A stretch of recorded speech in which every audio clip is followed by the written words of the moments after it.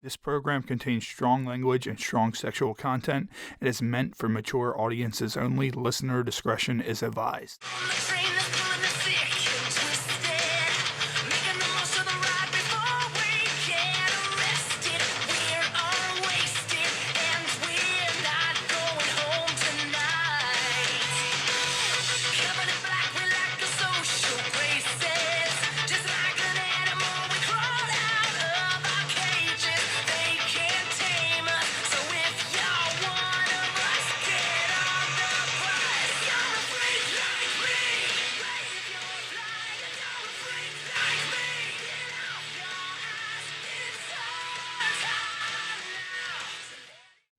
Ladies and gentlemen, welcome to the Happy Hour Podcast. Of course, I'm Ray. I'm sitting here with Mike.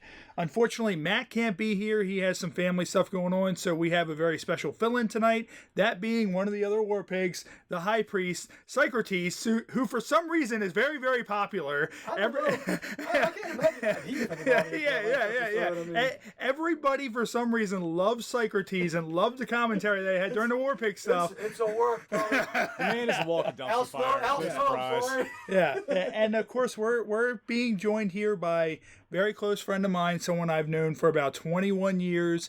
He was in WCW, WWF. You helped train the High Priest? You know, known all over the East Coast and all that. Mr. Playboy Bobby Starr. I think you just got me. I had something to do with your training. By proximity. What's happening, guys? You're ruining the business, brother. It's been a long time. And real quick, just to start off, I want to thank you guys for having me on.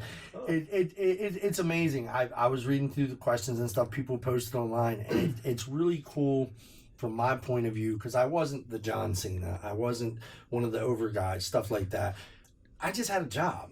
Yeah. You know, and to see people that I haven't seen in years pop up on the Facebook thing, putting questions up and stuff like that, plus guys at my work and personal friends of mine going, hey, I can't wait till wait, man. It's like, I'm going, dude, you know it's not live. It's not a TV show, right? And they're like, yeah. They go, how the fuck do we listen to it? Yeah. You don't know what a podcast is. Yeah, it's like, we'll figure it out. Technology, But man. just thank you for having me on. Oh, no. I mean, it's not a walk down problem. memory lane is always a blast. I mean, Christ, our previous episodes, we talked about the War Pigs, you know, how we've been friends for 21 years. Hell, 21 years ago, I was 13 years old.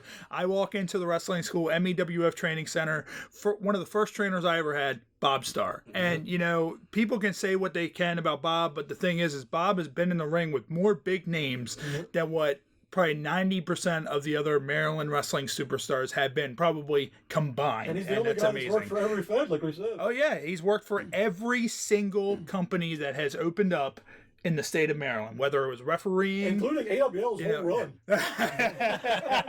Which was only 3 shows, mind you. It was only 1 for me. It's like now, in this day and time, there's so many promotions. Like the other day, I hit you up, Ray, and said Shakira's gone because of the current situations that are going on. Oh, wow. It's like, I wasn't part of all those companies. Not that I wouldn't have been, but I worked for every major company too. You had WCW. I never worked for WWE, but I worked with WWF. And I'm sorry, I'm the first one to say that it was a totally different world then, and it was a totally different company then. And, you know, you got the AWA. Of course, it wasn't the Vern Gagne, what do you call it? Part of the history of the AWA. Yeah. I worked for 2 different guys underneath that name, actually. And it's like, that was always fun because we flew everywhere for that. Was it just like an offshoot of the original AWA? Well, it was a guy. Dale was the name. Dale Gagner. Oh, okay. His name kind of looked like Gagne, and he was able to Gagne being kind of a French name, he had R on the end of it, but he pronounced it Gagne. Like Vern did. Right. His right-hand man, kind of like I was to Timmy and Dennis, was Johnny Stewart. Okay. And he could talk a fucking show into anywhere, dude. He could set, the man's a businessman, and he's a great worker too. I got to work with him a couple of times. You mentioned Johnny Stewart. Do you see any similarities at all between him and Chris Candido? Yes. I can definitely see it. As And far he as still appearance, wears the style they work. Chris Candido, I always said, I was friends with him for years, and Tammy too, and like the Chris Candido could take this plain old pair of wrestling trunks with not a damn thing on it and make them look good. Mm-hmm. And it's like, I'm not going to say Johnny Stewart did that, but he wore the same kind of stuff. And he Right. And, That's what I was and the getting bottom at. line is, it's a compliment. It's a complete compliment because he's a worker. Really? Chris Candido, he never got his due in this business he at didn't. all. And it's like, He was so smooth in the ring. yeah, it's smooth. He was the nicest guy in the world. He had time to speak to anybody. He never big league people were like, I'm from WWF, fuck you, and there's a lot of guys that did, I was there, I know, but Candido was amazing. And it's like, there's so many guys. We were talking just a little while ago off the show or off air or whatever, and just our local wrestling company here, how many people did you say is going? 8 guys already from MEWF. 8 guys. That I know of. Yeah. And that's in 21 years. That's crazy. Yep. And when I was at WCW and WWF, I think we're looking at upwards of 60. Oh, Wow. And also Jesus from Christ. House of Pain, at least 5 that I know of. Yep. He lost a bunch And of to put that in perspective, when you think about how many independent companies there are across the country at one time, 300 plus, and the same thing was happening there as well. Yeah. It's just a phenomenal number And overall. somehow I'm not one of them. From my travels, I have a lot of interesting people on my Facebook. And, it's weird because you bringing that up, almost every day somebody dies somewhere. Yeah. And it's and they send it to me, and I have a wall of fame kind of on my Facebook with a bunch of my friends or the guys that I worked with. It's like, I'm not going to sit here and tell you I was best friends with all these guys. We're buddies. We see each other in the dressing room. Yeah. But the guys that are gone, and I constantly get people bitching at me, going, "Well, how come you didn't put this guy on that guy?" I said, "Read the fucking thing. It says I worked with them and they're friends of mine." It's like, if I put every wrestler on that, Facebook would throw me off for using too much space. And it's horrible because the reasoning these people are dying. Like this young girl in Japan not long ago, and there was so much heat that got thrown around about this kid that killed herself. And I'm going, why do people have to fuck with each other? Like, it was back in the day when these kids came to me and they came in our gym, they got their ass kicked. And you learn a respect for the wrestling business, and that's what's missing today. Oh, yeah. And it's like, I don't give a shit what any of these people say, like the Sasha Banks thing. Get the fuck over it. The dude made a comment. Yeah, And he it's was been joking. years He ago. wasn't even being Years serious with removed, that. locker room talk, See, obviously said tongue in right. cheek. And Right. well, from my group, my age, that's just saying, hey, you're hot. Let's, whatever. He didn't really mean throw the bitch down and rape her. And now he's losing money. He's booted off TV. He's never going to get back what he had. Thanks, And feminism. that's the number one thing that these girls, and do not get me wrong, if anyone was raped, if anybody was forced to have sex, Yeah. that's a totally different story. And I agree with them 1,000%. And those guys should be outed, especially if it's a promoter, because it's a fucked up position to be in. I worked with MEWF in Baltimore, and we booked for years. Never once, ever, did I ever say anything like that to anybody. That's bullshit. But here's the thing. You can't walk in the door and go, I want to be part of this. That guy's the most over guy in the company. Let me go hang out with him. Yeah. And then, well, that didn't work. Fuck. Let me go hang out with this one. Let me go hang out with that one. The wrestling business made a major mistake, and I by no means classify all these girls in this, because there's a lot of girls like Kimberly, who I've always been friends with. She's a nice girl. I'm drawing a blank on Claude's old manager.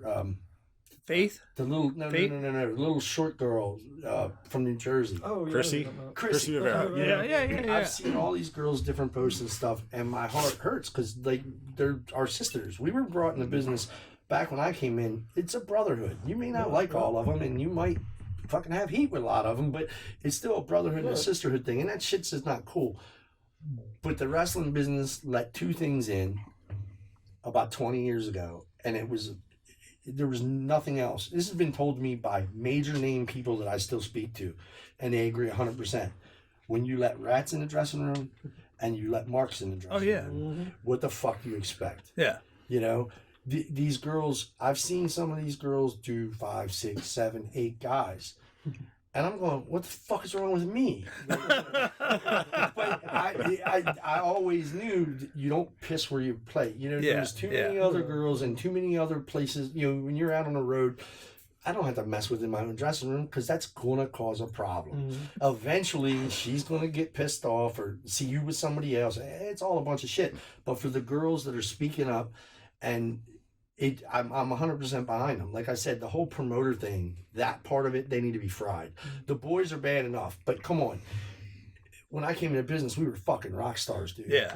Like everywhere we went, it didn't matter that I was the opening match job guy on WWF House Show. I was on the fucking show. Yeah. And when you walk out of the arena, they're sitting at your rental car waiting for you. It's like, wow, this is cool as shit. Now this is why I got in this business. Speaking of which, what made you want to get in to the wrestling business? To be honest with you, people laugh when I tell them that. Wrestling in Baltimore, back when I was a kid, was on at 11 o'clock in the morning. And it was the version of Superstars, or what it became Superstars. It was just their regular syndicated TV show. And I watched Roddy Piper and Paul Orndorff beat the shit out of each other. And I still have it on videotape. And you look at it and I'm going, wow, look at all the girls with the big hair and the giant tits, and this is great. And you get paid, fuck, sign me up. And it was funny because I had a neighbor, because I was still young, and neighbor down the street was older. His name was Mike Zapita. He's out there. I'm sure he'll listen to this show. And my mom entrusted him to take me, or to go with him to the Civic Center at the time to see my first match. My first match in Baltimore was Beefcake against Hogan. And it was sold out. And we had shitty seats, but I'll never forget it. We were in like the 200 sections, way in the back of the arena, and I'm looking, I'm going, holy shit, it's Hulk Hogan. And it was, but that's how it started. And I would go to shows with him every month or whatever, and because I didn't drive, and he didn't either, but he had this friend Fred, and Fred always got us there, and it's like, but that. Watching that match on television and having those thoughts, I mean, I don't lie, I got into business for a few things. But I knew coming in, it was a business, just like boxing. I want to get in this to get paid. I want to do this for a living. You know what I mean? And it should be a really good living, because these guys are making a fortune. Or so you thought when you first see them. You're like, oh man, these guys have everything. They have Corvettes, Porsches, all that. I told Paul Orndorff that story. When I was at WCW, he was a road agent, and he just laughed. He goes, "You dumbass." So what was your training like, Bob? Who trained you? A guy named Jim Leon, Bad Boy Ricky Lawless, God bless his soul. I got a few, I want to say less than 6 lessons with him and Joey Maggs before he was shot and killed here in beautiful Baltimore, the city that bleeds. And he had done some dumb shit, and this girl went home to her family, and the way I got the story, she went to her brother. This guy tried to have sex with me and all this whatever, and the dude went to Jim's house and shot him with a shotgun, and that was the end of it. And me and Axel were like, holy shit. Like, we'd only did one show. We wrestled in Virginia. Funny thing, Axel Rotten was on that show as Handsome Paul. And I just fit in because Hollywood Bob was actually Hollywood Bob Holly, who no-showed the show for the Uganda Warriors. And the guys go, well, your name's fucking Bob. It's on the poster, Bob. You're Hollywood Bob. Yeah, we were going to ask you that later on, how you came up with that name and that gimmick. So that's how it came about. It just kind of, Starr. It just sounds right. You know what I mean? Just well Hollywood and the Stars. And and from that point, I had a dozen friends in the wrestling business. Dave the Wave being one, Axel being one, AJ Fritzoid, who's gone now too. And no matter what promoter called any one of us, if they said they needed somebody else, we would be like, hey, I got an idea for you. I know this guy. And that shit doesn't happen anymore. No. Because all the kids now are all out for themselves. And you can tell, because when you if you sit out back of a building and there's 40 guys on the show, and there's 38 cars out back, you go, the fuck, you don't drive together? Jesus Christ, you don't make any money in the indies. Like, you should be like, we used to put 6 people in a car and drive like 12 hours to get to a show, And I'm going, that's when I first started seeing things change. And by no means, before we get hate on the podcast and shit, I don't say there's anything wrong with what they're doing today. It's just not what I did. It's not you know what I'm saying? The thing of it is, a lot of stuff today is not believable. Right. It's not meant to be believable, because Vince outed us out in, 87? 89 in New Jersey, New Jersey. Fucking, I still can't believe to this day somebody didn't shoot him when he did that shit. Because you don't understand. Like, if you got caught breaking kayfabe in an arena, Jesus Christ, people wouldn't talk to you. Oh, yeah. Like guys like Undertaker, that's a big subject now because of his retirement. I remember you would see somebody do something just you would think is just stupid. But Mark was, dude, that's his world. You're in his world. Yeah. Right? Yeah. So if you got heat with him, you were done. And here I'm walking around the fucking dressing room with long red hair. Oh, man, so screwed. But he was always cool to me. Very little interaction. But I can tell you one thing, sidetrack real quick. We're going to do this a lot. Oh, no, it's fine. How much did we sidetrack when we did the War Pigs table? I'm in Baltimore. And there's a house show, and I went to go see Road Dogg and a bunch of the other guys that I was friendly with when we did TVs. And somebody said, "Hey, are you going to Hershey tomorrow?" I'm like, "Yeah." They're like, "Man, I need to get a ride." And we were just talking about the guy with the limo. Yeah. Our old friend. Randy's dad Yeah. was there too. And he goes, "Well, fuck, we can take my limo." Well, of course, it was Henry Godwin, X-Pac, Jeff Jarrett, Jesus Christ, I don't remember everybody. But let's just say it was a party crew in this limo. Yeah. And nobody knows how to get to fucking Hershey. So I said, "Well, I know if you go around 695, we'll get to 83 eventually." Yeah. Just drive until you see chocolate. Fucking we drove around and we found 83, and I went, "I know it's up there somewhere." So we finally get there, blah blah blah. So they get me on the card for hooking them up, being friends with Randy and stuff like that. Yeah. We get there, and Arnie Skolin goes, "Hey kid, you're gonna be a fucking druid tonight." I said, "Really?" I said, "Cool." And then I thought about it. I went, "Oh, fuck. That means I'm working against Taker." And it was wild. It was Mabel. What year was this? It was Mabel against Taker. Oh, dude. That'd have been 96, 97, 95. I smoked those years out. If I had to guess, I would say it was around 95. I smoked with you for a few of those years. What do you call it? It was so funny. Nikolai Volkov, they didn't have anything for him to do. And since he was local to the area, he would drive to the show. And he did the druid giving for him, right? So the only thing Arnie Skolin didn't think about was, and this is kind of a funny thing, the outfits were made for Nikolai. Oh, no. 6'7" and 350 pounds. So I walk in the dressing room, "Mr. Volkov, how you doing? Nice to see you." And he remembered me from Indies and stuff. And he's like, "What's up, kid?" I said, "I'm going to be one of the druid." Arnie said, "I'm with you tonight with Mabel." "Oh, great. We have a great time. Blah, blah, blah. He picks a second gimmick up, because all it was like a cloak and dagger. Yeah. And throws it to me. I went, "Okay, cool." I go off in the thing, get by a mirror, put the thing on. It's about 1.5 feet too long. The hood is so fucking big, I can't see shit. And I'm going, if I trip, this is like my one shot. I'm in a house show. It's cool at the Hershey Park Arena.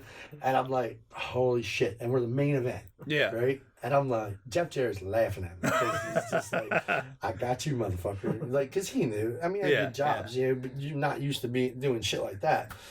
I'm walking out to the ring, and I'm just going, "Please don't fucking trip, whatever you do." But I'm going to tell you something, Ray. There's been 2 times in my life that when music came on, it was like I almost pissed in my pants. One time was with The Undertaker, and the other times were with the Road Warriors. Really? Wow. And when Taker, dude, at the time, people were scared of this motherfucker. Yeah. Came out, he had that's when he had the big leather thing hooked to his cape and stuff. Oh, yeah. Dude, I'm sitting there and I'm looking at this little hole in this outfit going, holy shit. Yeah. And but when you work with guys like that, and God bless Mabel, his wife's on my Facebook, she's a great girl, and Cassandra, and Mabel was always super cool with me. Yeah. You know, I met him right after he left WWF. He came and did the Indies or whatever, and we had some great times. But anyway, so Taker's going to get in. He's going to bump Nikolai. He's going to bump me. He's going to bump Nikolai. He's going to bump me. And then Mabel jumps on him, and they do their thing, and we just stand at ringside. Mm-hmm. Dude, smooth isn't the word for it. He just whoa, and it was just like, oh shit, take a bump. Yeah. I had to think, because like I said, it was amazing. Yeah. But those things, it's those memories, like you said, and the local guys, like we were saying, it's 2 totally different worlds now, because these kids want their fucking 30 seconds of fame on the internet. Yeah. Okay.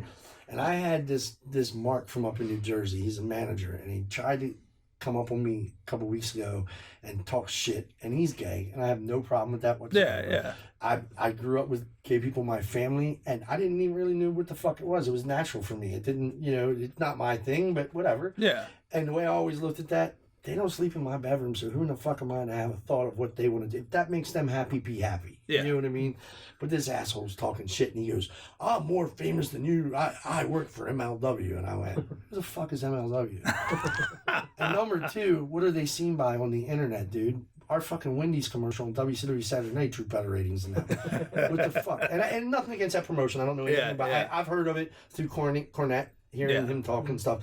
And I don't have it, but like the amount of promotions now is totally insane. Oh, yeah. Every fucking guy that didn't get put over at his local home indie opened a goddamn wrestling company. Yeah. And some of them have been good. And some of them are the shit. See, my whole theory is, and me and Mike, you know, we worked together for the longest time, you know, delivering copiers together. We pretty much, it was like going to work with your best friend and just do a little bit of work. And we would talk all the time. We were like, why don't the indie companies just get together and reform the territories? Like, just do it. But you have so many dicks right now that want to put themselves hard enough for over. guys to get along in their own. It's an ego issue, and it's proven the territory system works. Well, nowadays they couldn't because they all use the same fucking guys. Yeah. Like, I work for the NWO out in West Virginia. Okay, it used to be Dick Caracoff, John Rambo, and they sold it to a lady named Christine, and I've been refereeing for the entire time she's been running.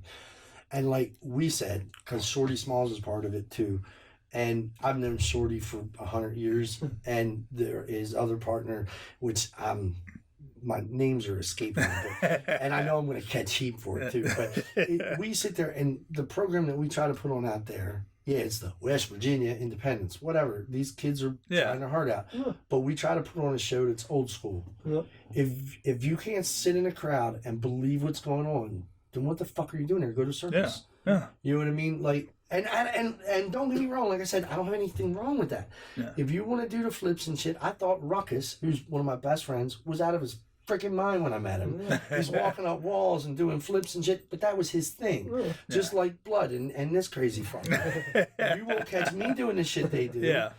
And I'm not saying that Blood's a bad thing. That Blood used to, red equals green, bro. That's where the generation I come from. But the craziness, everybody had a place in the business. Now it's all the same. You know what I'm saying? So these guys super kick, but these guys do backflips, but these guys dive onto the floor. But now everybody does the same shit. I'll say this, Bob.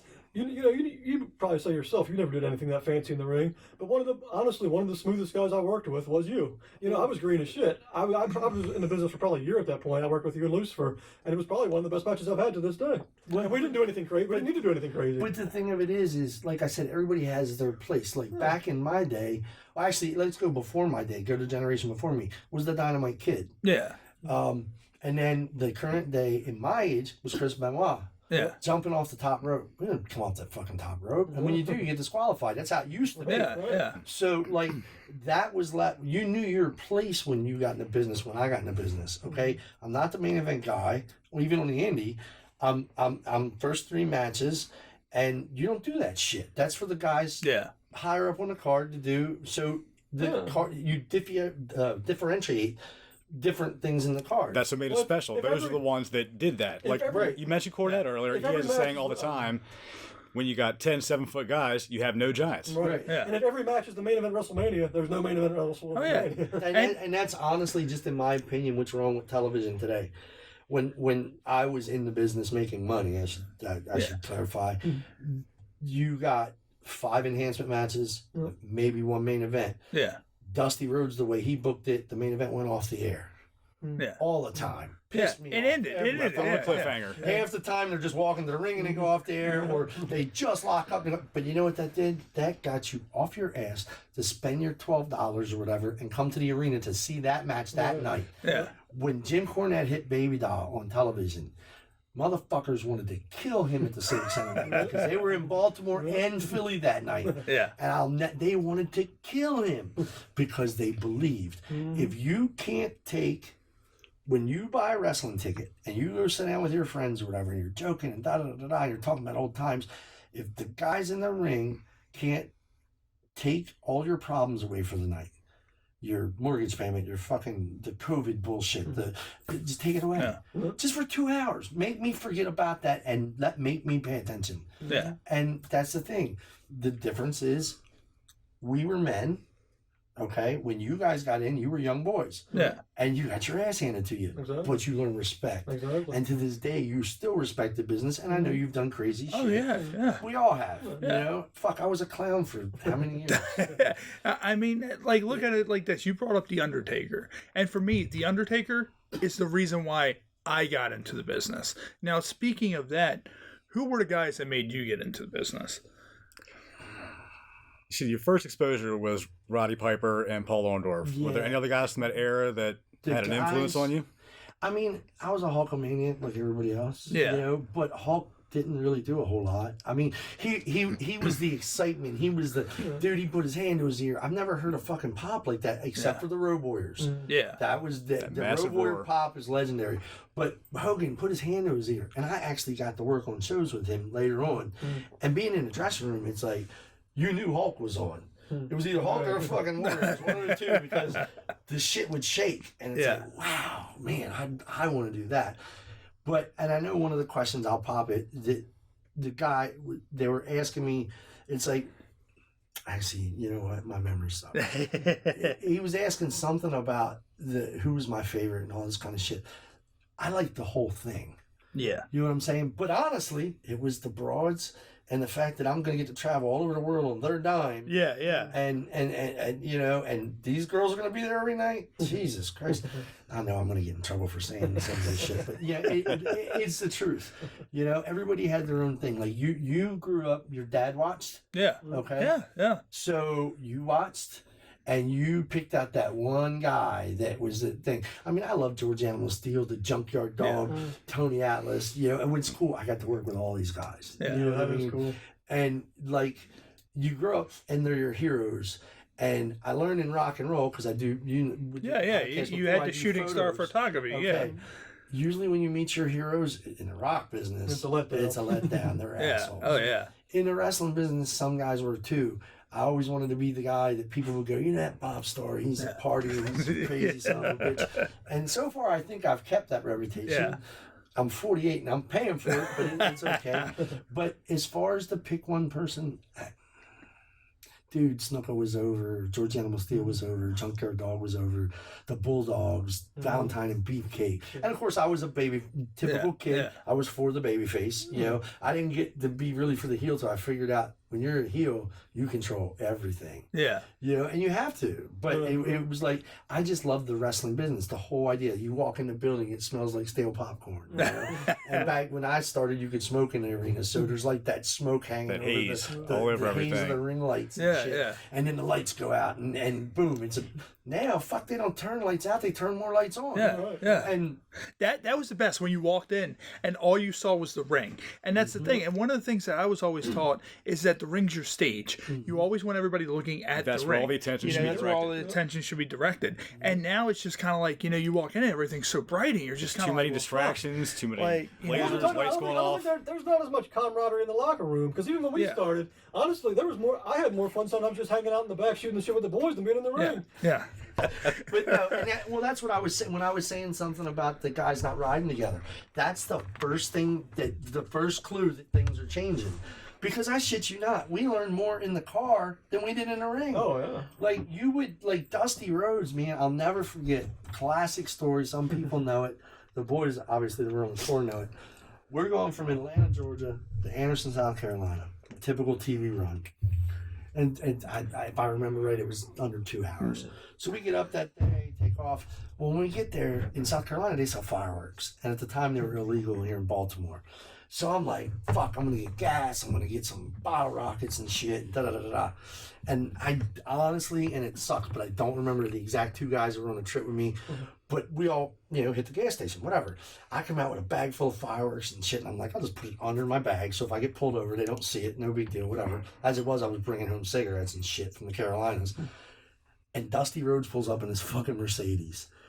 And I'm like, oh, let me get to the car. And he gets out and he goes, hey, kid, how you doing? I was like, hey, Mr. Rhodes. He goes, you TV today, right? I'm like, yes, sir.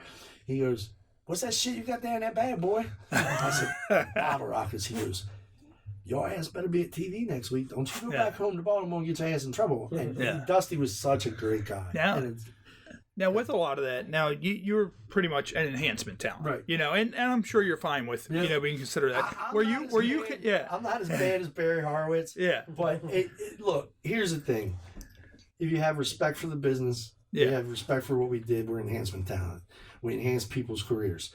If they don't have respect for us, we're job guys, whatever. But the bottom fucking line is I was making 10 times what you were. So, but you know what I mean? I was there, like I said, for a job. And some guys do, like Barry. Barry is an enhancement talent. Yeah. He's amazing. I got to work against him. I got to work with him. I saw him at Starrcast here in Baltimore last time. And it was amazing. I hadn't seen him in 20 years. And the second when we locked eyes, it was like we never missed a minute. Yeah. You know what I mean? That's what the brotherhood of the business is. Now, with that, were you content with that, or was it like the kind of thing where you were like, I want to work myself into something better? I mean, I'm not gonna lie to you. I would have loved, me personally, and people think I'm crazy, but I would have liked to have had the Bagwell run, or the even Scotty Riggs run. Yeah, you know what I'm saying? Let me tell you something, dude. Like I said, it's a business. I was making good money. I knew what my job was, and I was good at my job. I could take. They used to Jody Hamilton, God bless him. The guys I would get to work with first, when I first went there, first night was Johnny B. Bad. Oh no, I'm sorry. First night was Nikita Koloff. Then it was Johnny B. Bad. Then it was Van Hammer. And I went, oh, what did I do wrong? But we had good matches with everybody. Yeah. And then Jody brought me back and we did a couple triple shots, and it was like I got to work with One Man Gang and Shark, and which was Earthquake at WWE. God rest his soul too. And that's what sucks about telling these stories. Yeah. So many guys you run into. Kamala, the original Kamala, James. Yeah. So they gave me the small guys that fly.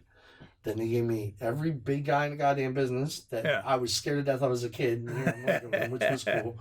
Then I got the Ricky Steamboat, Bobby Eaton, and we always get a Road Warriors in there somewhere just to reality check. You got Vader. Savage, Sting, on and on. Dude, I had some of the Speaking of Vader, I know Mike has a question about I don't have a question about that. Well, actually, speaking of the Vader thing, I have a question with that, but real quick, we're going to take a break. We're going to let everybody get a drink, use the bathroom, whatever, all that, and we're going to go to some of the sponsors that we have, and we'll be right back with an amazing question about Vader, a question that I've heard throughout my years in the business, but I've never heard it from Bob. So we will be back with a fun story from Vader. If it was one match that wouldn't give it a fuck away. Promotional consideration paid for by the following. We here at the HH Pod would like for you to go visit Tony, Kaylee, and the rest of their talented artists at Instant History Tattoo and Art Studio in beautiful downtown Havre de Grace. They were recently voted second runner-up and the best in Hartford County. Make sure you check them out and get some quality ink done. Once again, that's Instant History Tattoo and Art Studio. Hi, I'm Sophia West, and thank you for listening to the Happy Hour podcast. What's up, everybody? It's your boy, the Shining Diamond, Rico Diamante, and I am a graduate of the EWA Paint Factory. Have y'all ever dreamed of stepping out of the crowd and getting into the ring? I mean, that's exactly what I did, and all I'm doing is kicking ass and taking names since. The EWA Paint Factory is now accepting new students so you can experience the same success as the Shining Diamond, Rico Diamante. We're located at 1113 North Point Boulevard in Dundalk, Maryland, so make sure you find us on social media, on Twitter and Facebook. Make your dreams come true today. Ladies and gentlemen, welcome back to the Happy Hour podcast. Of course, we're sitting here with the one, the only, one of my good friends, Bob Starr. And we were talking about a little bit before we went to break. It's a story that I've heard numerous times throughout my career. This match won't go away.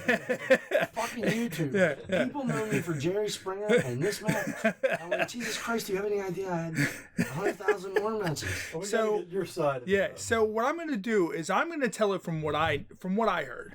And that there's a night that I think you were supposed to work, and this is how I heard it. You were supposed to work Marcus Bagwell, and apparently Vader had a match. He was in the back talking, all that. And the way I heard it is that Vader was in the back bitching, and that you were making faces at Vader, and he caught you in the mirror, and you had went out for your match with Marcus Bagwell, and Vader went up to Marcus, and he's like, "You're off, I'm on." and he went out there and he just beat the dog shit out of you. And that's how I heard it. Yeah. I'd love to know who made that. I heard you were smoking in front of him. He got pissed because you were smoking in front of him. Well, no, I've heard There's that about 100 different variations, so we're here to get the real story right now. And I did smoke in the dressing room. I don't give a fuck. I smoke whatever. But I always tried to have respect for the guys. You know, I would look and see if there's somebody else smoking in the dressing room, whatever. Right. But anyway, the smoking thing has been brought up over the years. I'd never heard that story you just told me. Really, yeah. Because dude, that's think about it. Whoever told you that was a mark when they told it to you, because we don't fucking tell them who we're working. They tell us. Right. Yeah. And the deal was, it was the night that Vader lost the world title to Ron Simmons. Okay. Oh, I got that. I was there. Yes. Yeah, that's actually one of our fan questions. And he mentioned Ron He was Simmons not losing in the a belt. mood. Yeah. He was kind of pissed off that they took the belt off of him. Somebody asked me once if it was a racial thing. I said, you know what, dude, shut the fuck up. I never knew any of the guys. I know that shit happened back then, but like I was never a part of it, so I wouldn't know if it was or not.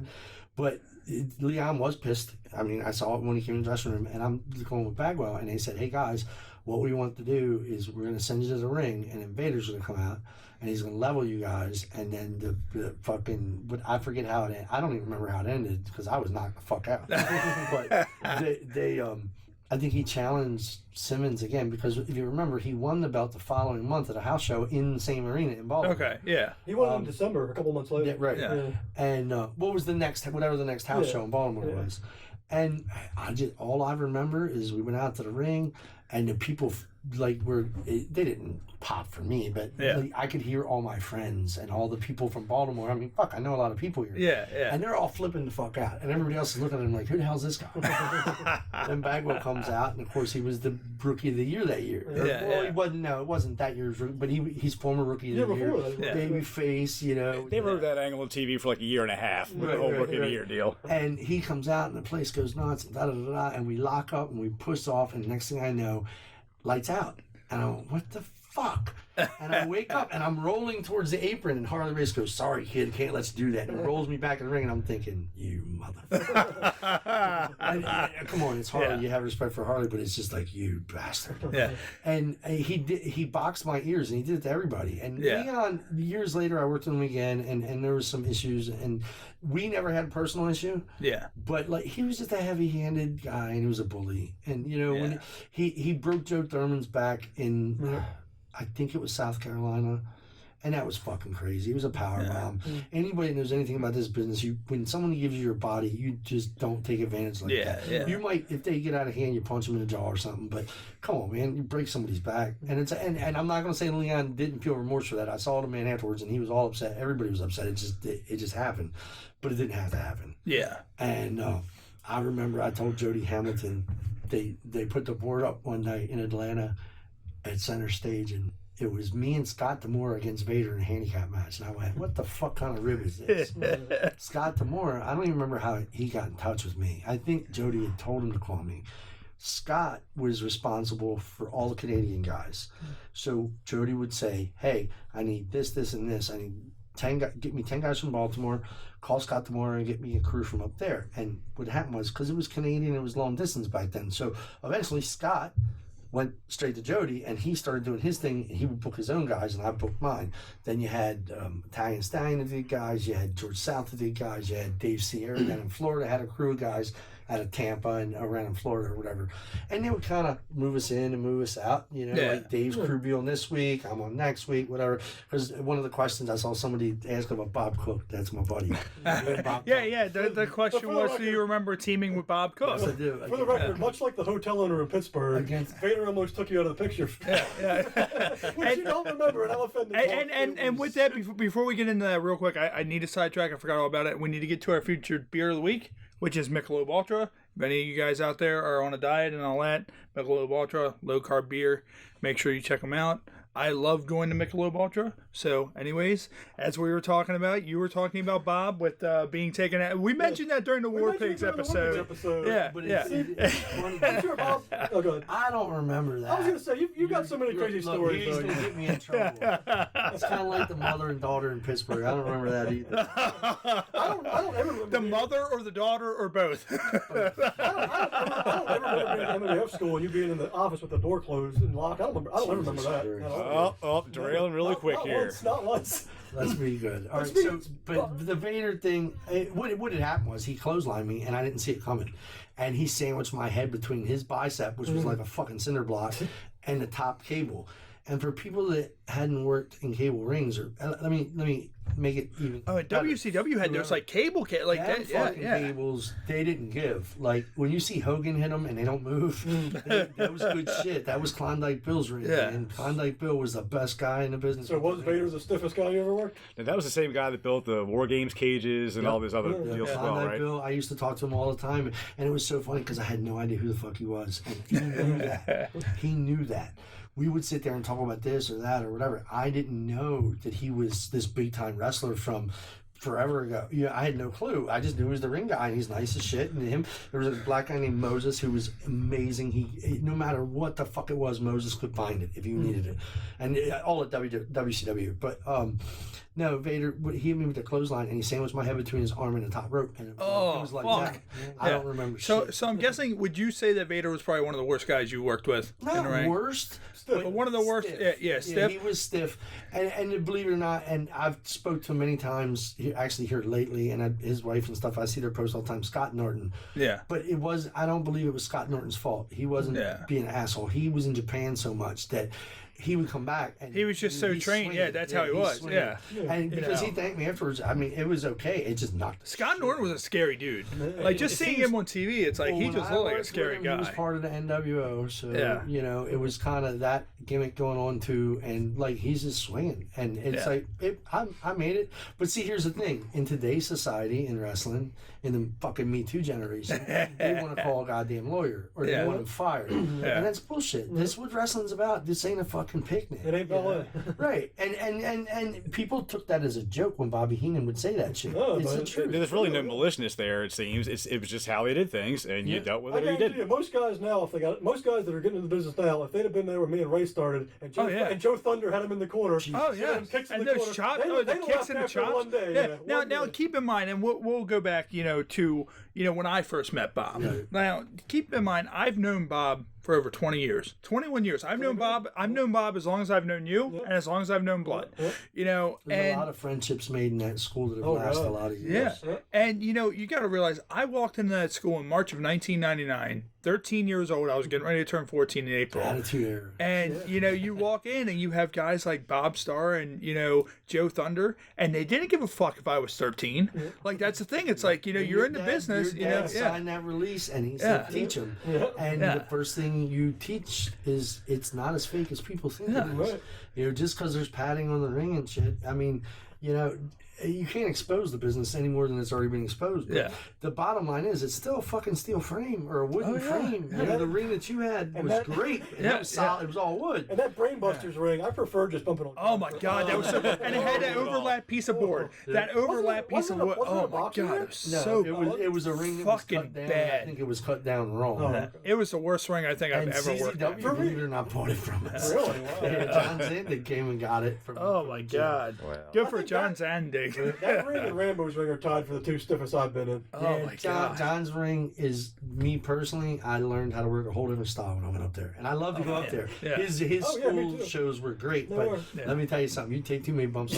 I took- would get in I there took with about these 2 kids, bumps and in they'd my- be bumping around all Oh, over the place, God, and I'm going, how the fuck are you doing? I'd like to back things up a little bit for a second here. My first exposure to independent wrestling was the MEWF, the Mid-Eastern Wrestling Federation. Bingo Bills? That's exactly what I want to talk about. Bingo Bills is actually about 5 minutes from where we are right now recording this. I have so many fond memories from that place. God, To me, it was like a perfect independent venue where you had stars of yesteryear combined with local talent that became stars later on. There were so many guys that came through there and so many You were there attendee during the shows. Tom Casati years. Yeah, and mind you, Definitely. Mike gets so excited. They He were loves guys- wrestling so much, he's not wearing pants right now. I'm while not he's at all. talking. Not at all. Was that noise? Was that noise? Yeah. So just one little input on what your background was with the beginnings of that company and your memories with Lucifer Tim Burke and other guys that era like Axel, Mark Schrader, Shamrock, Ricky Blues, Mad Dog O'Malley, Joe Rain, Thunder, yeah. Valentino, Oh my God, Casanova, yeah. Cat Burglar. I know I'm missing a whole lot here, but you get the idea. During your time. Yeah, I remember my third day. My third day, he gave me the downpour. Oh, geez. Whatever that was. What was that move called? The downpour. What was that originally called? Oh, the Emerald Fusion. Yeah, the Emerald Fusion. Yeah. You guys would say, "Big boot, don't put your hands up." Yeah. It's like, what the fuck? Man, the MEWF never needed to happen. Yeah. It happened because of D. Chester O'Sullivan. We were kids like anybody else, and we were wrestling in the backyard, and we literally would take this shit on the road. We would go from different people's houses, and the whole neighborhoods would come, and we would have a great time. And you know, Dennis kind of lit somebody on fire once, but that was but that was at his I know how that garage. feels. Yeah. But we would do dumb shit, and there was color, and we just typical backyard wrestling shit. Was that where that YouTube video came from of you wrestling the guy in the mask or whatever and all that? Like it was somebody. from one of the Yeah. houses. What had happened was we wanted to up our game, and we wanted to do a show at I forget what it was, the community center at the end of Merritt Boulevard or something, and the Maryland Athletic Commission got wind of it and flipped out. Good old Maryland Athletic And, Commission. but this isn't the bullshit Papinella age. This is D. Chester O'Sullivan. You know, everybody respected Chester. Yeah. And so Tim Burke came into the fold at that time. We were supposed to have an independent show for the JCs at the Teamsters Hall. And it folded, and Tim had bought tickets for me. He was my trash man in my neighborhood. And so this motherfucker, the night of the show, come knocking on my front door looking for his money. And I'm like, dude, I don't have any money. I turned into JCs. I just selling tickets for him. And we became best friends, as you know, from that. So the MEWF, we just wanted to have fun. Yeah. Well, when the commission got involved, now we got to get a license. And then we got to have ring bearers. And then we got to have this, and we got to have that, all this other bullshit. So in order to have those things, nobody had all this money just dripping out of their pockets. Tim made more money than anybody because he was older than all of us. Yeah. But he didn't have all that. But he put up the money, got the promoter's license in Donna Burke's name. It was never in Tim's name because you couldn't be the promoter and a wrestler at the same time then. Yeah, really? I never knew that. Say Donna Burke Productions. Yep. Wow. Okay. I never knew that. Because Dennis never could make up his mind. Dennis wrestled at one time. In fact, he tagged with me. I have the video. I'm going to get that shit on. Really? For what the hell's his name? ECWA? ECWA. Delaware? Well, it's funny because Dennis, I know Dennis because when I was in high school, one of the kids that I went to school with, his mom knew Dennis. Right. And Dennis, his family owns Hideaway Leather. Yes. And so what they did is they took a styrofoam belt, they pulled the plastic plating off of the styrofoam belt, and they riveted that shit to an actual strap. So our backyard fed had legit like plastic belt, on an actual strap. Our backyard fed had the MEWF tag team titles because Roger and Lunar brought But get this shit. His mom was so good. I remember his kids one year. She carved him an Intercontinental title out of leather. Really? Hand carved it. And this fucking thing was spot on. Yeah. Right? Dennis had them all. They had, he had all kind of belts she made him, but that Intercontinental one I'll never forget. But so anyway, so we're going to have to put out all this money. So the only way to make the money back, we had to run shows. Yeah. So the first show was at the Stony Creek Democratic Hall in Odenton. No, I'm sorry. That's Pasadena. Pasadena, Odenton Volunteer Fire Hall was the very first one. Then we went to Stony Creek, we stayed at Stony Creek. Not many people know, someone inside do, that's where we met Jeff Jones. Okay. Jeff Jones would sit outside the building at 12 noon, and he just wanted to be a part. When you guys started running, were there any other indie feds running here at the time? There was other ones through the years. You had the UIW. Win. You had Win. You had... Because MEWF started in 91, was it? Yeah, the only one that's been there all along has been NWL, and now it's changed ownership, but it's still never ceased to run. Karakoff was the oldest one independent, and then you had Ed Zahn, who is an old friend. He booked me on some shows when I was very young, and I thank him to this day for it. Because, like I said, dude, people just don't get it. The experiences. If you You never stop learning in the wrestling business. I know all you guys know that. Absolutely. Yeah. Oh, To yeah. this day, I'm still learning, and I'm a trainer at the EWA Pain Factory. I've been here in this business 32 years, and every time I get in the ring, I learn something else. Same here. Usually, it's to stay the fuck out of the ring. But other than that, I'm saying, and all joking aside, you learn something all the time. So we start running these shows, and then this big thing happens at the place in front of the flea market. What does it used to be called? Michael's 8th, not Michael's 8th. What the fuck was that? Martin's North Point. Okay. They're running a show for, I think, UIW it might have been. And Ivan Koloff was there because I managed Ivan that night. Timmy was on the card. 123 Kid was on the card. And by the end of the fucking night, we get all these goddamn fines. Great. We have a hearing. Nikolai Volkov comes, and Chester's down there. Boys, I hate to do this to you, but I got to teach you a lesson. So we get all these fucking fines. So we have to have a show just to pay the damn fines. Oh, right? Jesus Christ. It was bad. But here's the thing. Those guys are still running shows today. Well, Tim's passed on. Dennis is still running shows with Danny. Mm-hmm. But back then, it was about fun. Yeah. Now it's about business. Yeah. We're all a bunch of old. And that's fucks that need to that's make the money. thing. Like me, like when I had stopped wrestling, when I left EWA in 2011, I wasn't having fun anymore. Mhm. Like, you know, I thought about that before I came over here today, and it's a true story. Yeah. The clock is almost out of batteries for me. Yeah. I'm refereeing. I don't have fun. Yeah. I referee because I'm trying to give back to the business, to these young kids out there. This NWL group in West Virginia, they're hot. Everybody out there puts out 1,000% every time. We you know, and that's all we ask. Just come and do the best you can. Yeah. Are you gonna fuck up? Absolutely. Guess yeah. what? So did I. Shit, my Hall of Fame show, me and Blood fucked up. We had a big Chris Hyde. He got up to the top rope. We go up. Did you ref that? Did you ref that? I was repping that match. I want you guys to So the story is we go up. We have him up. The finish is supposed to be a double superplex off through a plastic table and all that. So me and Blood go up, and we're like, we're up there. We're like, all right, let's go. Hyde's like, I can't. We're like, I hear Blood literally go, well, what the fuck do you mean you can't? And he's like, I can't. And Blood's like, he looks at me, he's like, fuck it. And we both pull. And like he ends up just falling like and hanging on the rope. And me and Blood fall. My head hits the table falls over. And we didn't get a "you fucked up" chant, thank God, because there was so much chaos going on because it was a 6-man, And it looked even more street brutal fight. if you'd have went through the table. Yeah. So, when we got in the back, I looked at Blood and I was like, in retrospect, we should have just told him, push us. Right. And he could have just pushed us and we ate the table and all that. So Like I said, all of us, all these groups, the indie groups in Baltimore, there was one, and the name is escaping me. ASWA. Adam Smash and Earl Kirk. Earl Kirk looked like a businessman, and Adam Smash was a fucking carny from hell.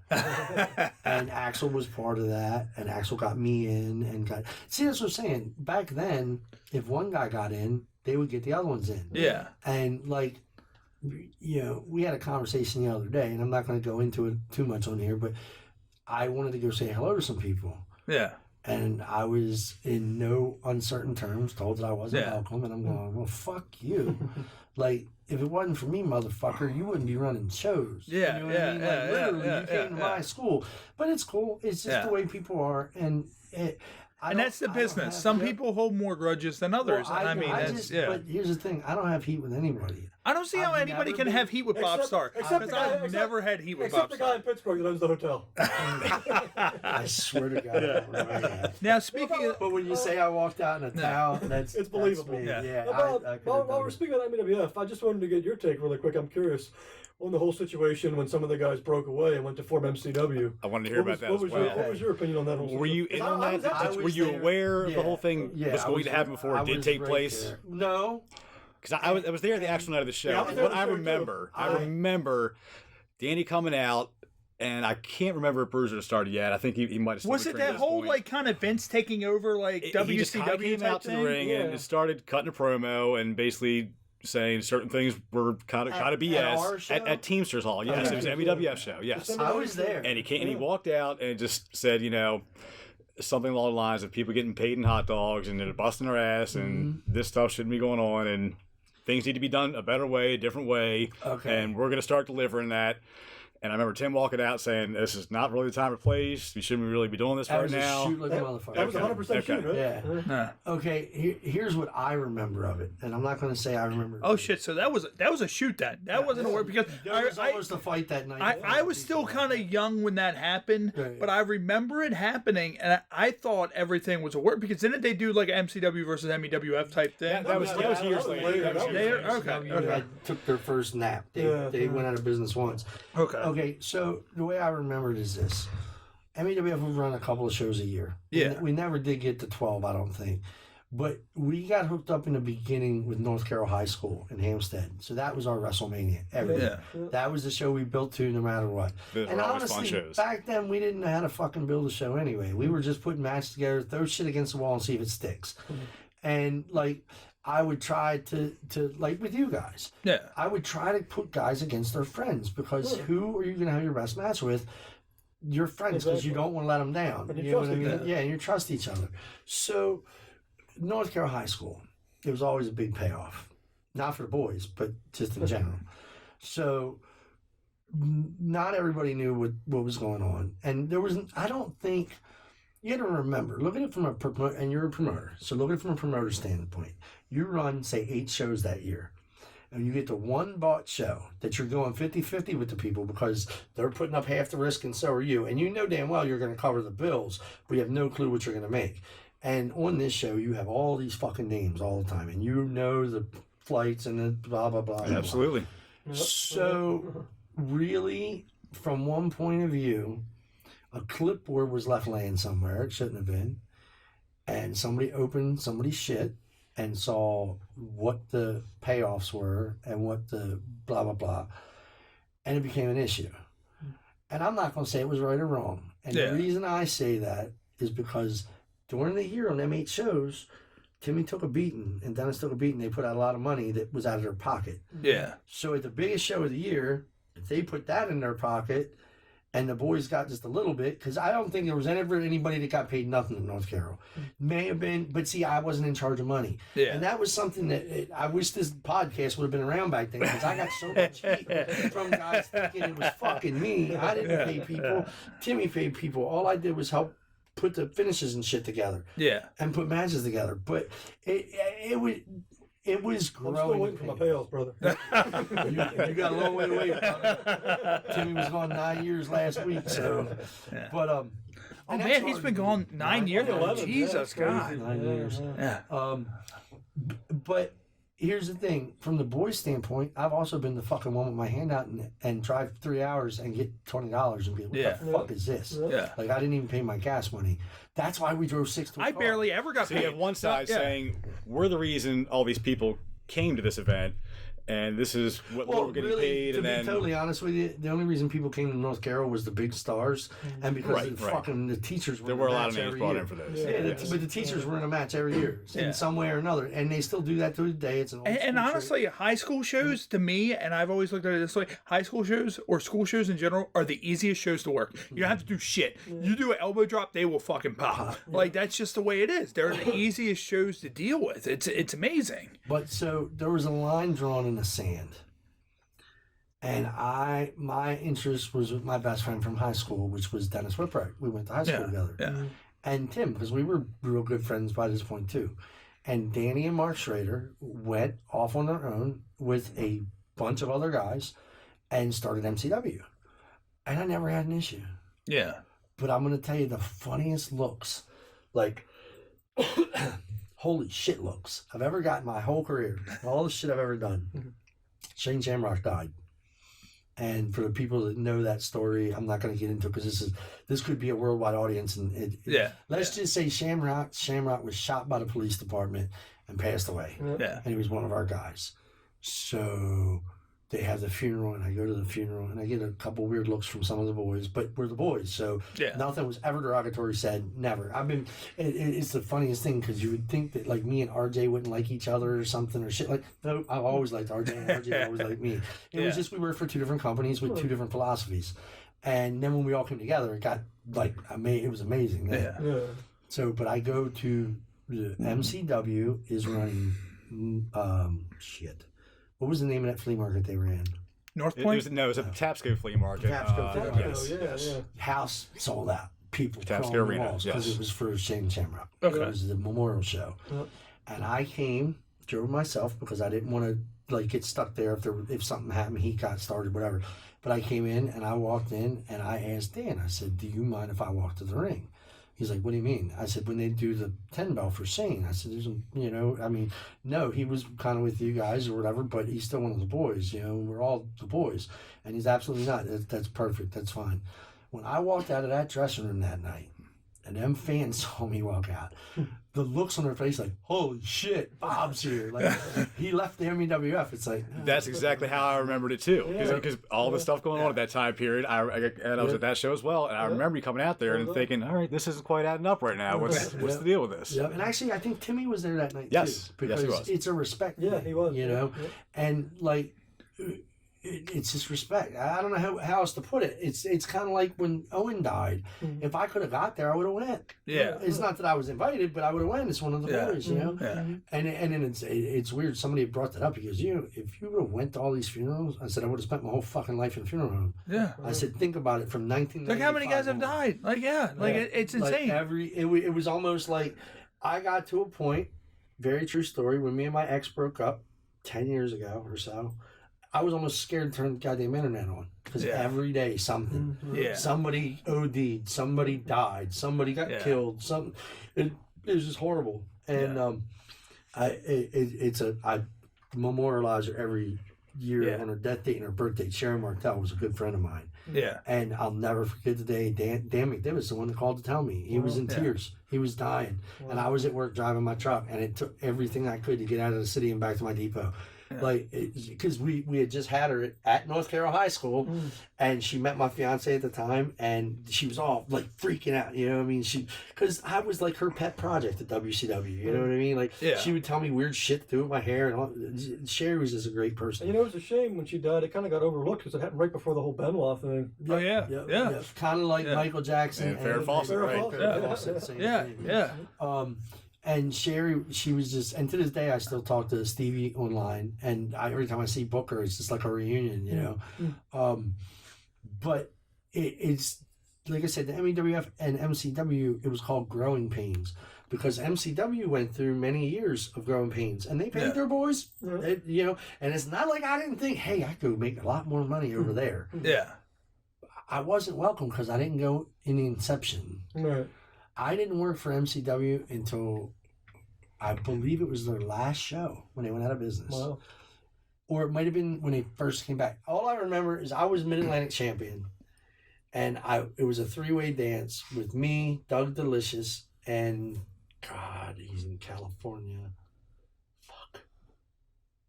It's a black guy that worked for MCW, and I'm sorry, I don't Keenan know. Creed? No, it wasn't Keenan. He was on that show. Yeah, right. Fuck. Marcus something.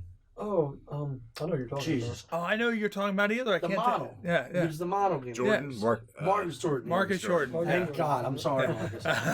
It was the three of us, and the gimmick was the winner of the fall, because he had like MCW's TV title, I had the Mid-Atlantic title, whatever, and there would be one belt afterwards. And that was the only time I worked for him. And then I worked for them coming back. Yeah. On the comeback, Danny put a group of guys together, and we would get together at his condo and brainstorm. It was Pat Brink and Danny and me, and I think Dennis was there, and oh geez, I know I'm missing some people. But we would all get Two Dope was there. We would all get together, and like every match, we all had vested interest in. But like the way Danny would work it at that time was, okay, I have this match and this match. You have that match and that match. Because if you try to do the whole show, it's just too much. Just like WWE does now. You have one fucking agent per match. It's crazy. Yeah. But back then that was unheard of. So Danny had that conception, and we would get together at his place, and he kick-started it, and it started to get momentum, and it started to get momentum, and it started to die off. And then Joppa happened. Because we were at the shows that were being run, were at the flea market in Dundalk. Yeah. Then, I don't know if you know this or not, but Brian, the guy that owns the North Point Flea Market, also owns Joppa. Yeah. His dad originally owned Actually, it's funny. My wife, she works with, I think, his wife. Oh, His really? wife's named Karen, I think. Right. And she works at Advanced Radiology. Really? She Cool. said that they own, I think, I think it's the flea market and the green room, or just the green room, or something you along gotta those remember lines. that the green room is rented. That's total different business. Okay. The inception is funny. Christ, you're taking me back so far. I worked at Steeltown when I was young. And Steeltown was the 98 Rock Cafe. Then you had the Boom Boom Room in the middle, the dance hall. Yeah. Then you had the concert hall in the end. And then they sold the 98 Rock Cafe and it became some kind of baby place where you would buy shit for babies and stuff. But then we still had the dance club and the thing. And now it's still it's a pool hall. So they have, the room where we would wrestle is all pool tables, and then the pool tables on the other side. And at one time, my mom shot pool. God rest her soul. And that was her favorite place. It was on ESPN. It was blah, blah, blah, blah, blah, all that shit. But the flea market originally was Photon. If you remember, I think that was before you guys were probably. I don't remember. Laser tag knockoff. Right. Photon was a big thing. You put this fucking vest on and you shoot each other. Little lights and shit. And it was like a whole indoor maze. Really? Wow. Cool. Wow, that's good But shit. then they took that down and the flea market came. And Man, I forgot all about Photon. and MCW started back on like the relaunch there. And then Dennis, who's friends with Brian and stuff, and Brian got the Joppa place. And then whatever, I don't know any of the deals, money, none of that shit. I don't know it. I was never privy to it. They were friends. And Brian kind of came in and took the wrestling and took it to the bigger flea market. And he had the room. Because if you've been to the Joppa place where they do the shows at, that place, if the wrestling part of it, that part of the building was open, the flea market would look like there's nobody there. Yeah. Because it's so big. So he put the walls up and he had that hall there, and it's worked out great for them guys. That's where their school is. That's where their big shows are. And I mean, they travel everywhere. So, but that's your thing. And with Jim was there when the MEWF school was open, and for undisclosed reasons, he decided to go start his thing. And he took a few guys with him. So, like, every time there was a split of talent, the initial split was the worst one. That's the one that messed with people because you're Romeo Valentino and you're Mark Schrader and Corporal Punishment and Jeff and Gary Cronin, and that they all went to MCW. And I stayed. And to this day, like I said, what should I have done? I could have made a lot more money, been on a lot more shows. But it was my friends, and that's just the way shit happens. You know? Like, if it was done again today, maybe different. But but we're still all boys. And, like, the bottom line was when Dan had to close MCW the first time, I'll never forget it. I get in the car with Timmy, and I said, where are we going? He goes, MCW school. I said, what the fuck are we doing that for? Like, what are we getting into now? Yeah, because when that happened, EWA peaked. Huge. EWA peaked. That's when we were right up the road from where my house is. When we had the venue and the grocery store. And EWA had some of the most unreal shows in late 2006, early 2007. But because they were still fun then. Yeah. It was different kind. The shows are different now. Back then, it was fun. It wasn't even about getting fucking paid. Dude, I lived down the street. Yeah. I'd put my referee shit on at my house or my wrestling shit on at my house and drive down to the building and see you guys, jump in my car and go right back home. But anyway, so that's the evolution. And there has been other little starts, little groups that would pop up and run a show or three. Or whatever. And because you were one of them. Right. And I'll be honest with you, that was one of the best run ones. Yeah. And I'm not including Yeah. NCAA. I'm talking about of the smaller. Yeah, and what Bob's talking about, there was a company called AWL, myself and my co-host Mike. Mike, he came with the idea of doing AWL. I booked, Socrates booked, and then he got heat with Mike. Socrates in his heat, that just is what it is.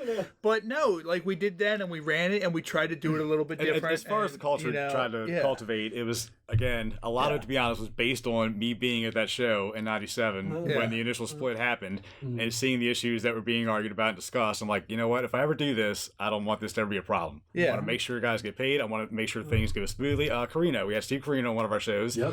And he put us over pretty well. He did the Justin Schlegel's podcast and talked about how organized things were when his flight arrived, to the hotel booking, to the whole nine. He couldn't say enough nice things. I mean, that first show, top to bottom, was good. Fuck. Just the whole The card was first main event was Adam Charlie Cole, Haas and Charlie Haas. That Adam was my Cole. motivation. Because I Yeah, started to see yeah. other little groups again popping up, Yeah. and it seemed to be the same problems that were happening in '97 were starting to occur again. I'm like, all right, let's try to do something different the right way again. And one thing I do remember about that show, because Bob ref my match, he did say to me beforehand, "Don't bleed on me this time, motherfucker." Yeah. And I also said, don't dump thumbtacks on a brand new canvas. We talked about it. That was the same show where he didn't wear shoes, and I told Chucky to hit him in the foot with the tack bat. Yeah, yeah. But Bob was also at the show at Harper's Ferry where I had the little accident. I remember being in the bathroom with my friend Scars, who was also in the show. Fucking guy. Scars got busted open too. So me and Scars were in the bathroom. We're both washing our hair out. There's just blood going in the sink. Bob walks in, still with his gimmick on, looks at both of us, just shakes his head and walks away. This fucking guy. All right, look.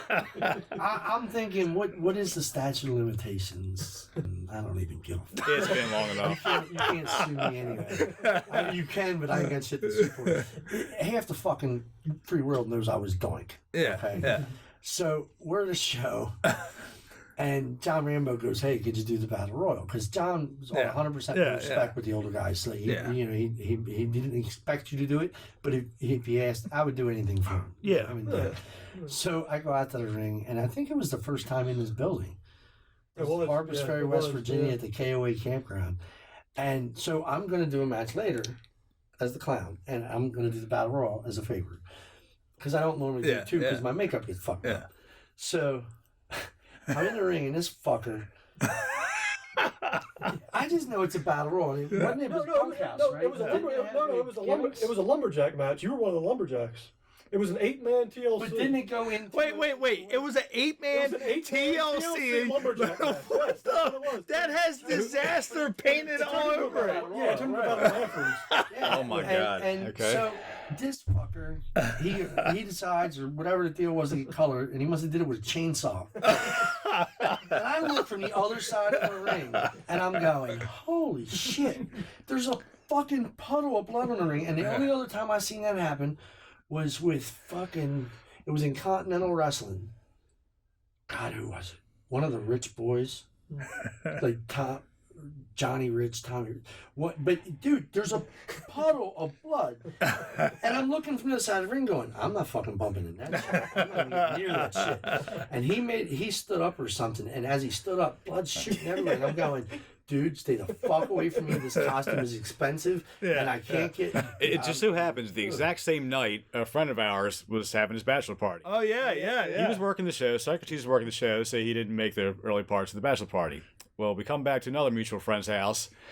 Socrates has already arrived. We open the front door, and he's sitting there on the floor with a giant bandage on his head, red still running, crusted all over his face, all over his shirt. He looks in no condition to even be And out two anywhere. episods ago, we told that story. I had to wash my hair 3 times. Oh The my blood was caked to my God. scalp so much. It was pretty gnarly. It was. I'll never forget. John. I thought John Rambo was going to kill him.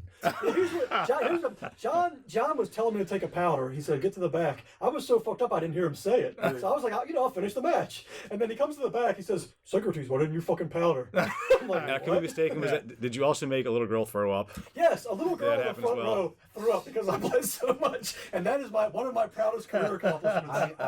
Okay, here we go. Side story. ECWA Delaware. I don't remember what town it was in. I think it was at the Lions, whatever the fuck place they ran. I'm wrestling Warhawk, friend of mine, Brian, growing up. And he was part of the initial conception of MEWF, but he didn't, I think he only worked there once or twice. He did the backyard shit. Yeah. But he worked for Jim Kentner all the time. So he puts it over and Bob Starr or actually it was a Scorpion. I'm sorry, this is before I even became Bob Starr. My first gimmick was a Scorpion. Jimmy Leon gets me to buy this fucking outfit from K&H Wrestling Wear, which is a lot of the older guys that just heard that pop because you ain't heard that name in years. I got a mask and a singlet and all that. I didn't want to wear all that shit. And Jimmy's like, but back then you protect the business. If you go out there as yourself and do jobs, people will never forget. I'm like, but I don't care. I don't like wearing this fucking mask. So I go out there and we get colored. And we asked the promoter, Jim Kenner, dude, is it all right? You get a little color in this. It's like the second or third time we've worked, whatever. Keep it going. Sure, no problem, boys, go ahead. He didn't fucking know who he was talking to. First thing in the fucking match, hit the pole, come up, shit is flying everywhere. And I'm like, oh no, this is too much. Dude, I got knocked off the apron into this girl's lap in the front row, and they didn't have no barriers. Yeah. And I swear to God, I tried not, but you know how the momentum is. You get knocked. I got knocked. He hit me from behind, so I got launched. I land in this girl's lap, just wearing fucking white jeans. Oh no. And I looked up. She's just horrified. Her jeans aren't white anymore. No, the whole front of the red. It looked really bad. It looked like she had her It looked like it was that time of month. Yeah, it was bad. I felt so bad. And it's funny because the dude, and I don't remember his name, that was managing me that night, wore a light blue tuxedo and had white like clown gloves. Oh no! And I remember him wiping the blood out of my eye because I couldn't see it. It totally. If you ever got blood in your eyes, it's like a film. Yeah. And he's like wiping the shit out because he can tell I can't see, and this fucking thing won't stop bleeding. So he's wiping, and I remember him taking the gloves off and throwing them on the commentator's table. And it's like we get in the back that night. Jim Cantor goes, "No more blood, boys." No more blood. Oh my God! I'm like, I told you.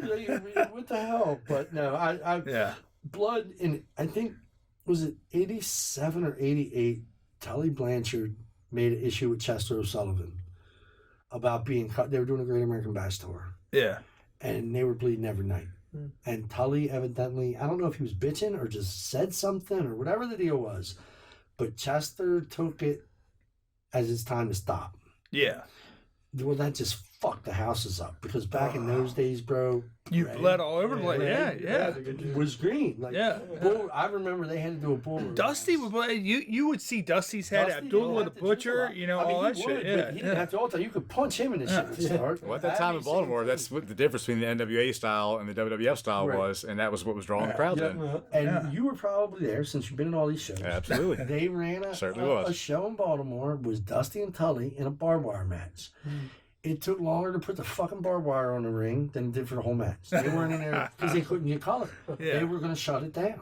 Yeah. And from that point forward, that all stopped. And I think it hurt wrestling a lot in Maryland. So when did it come back though? Because These there were pussies nowadays. Oh, it didn't come back. but there was MEWF shows I went to as a fan where guys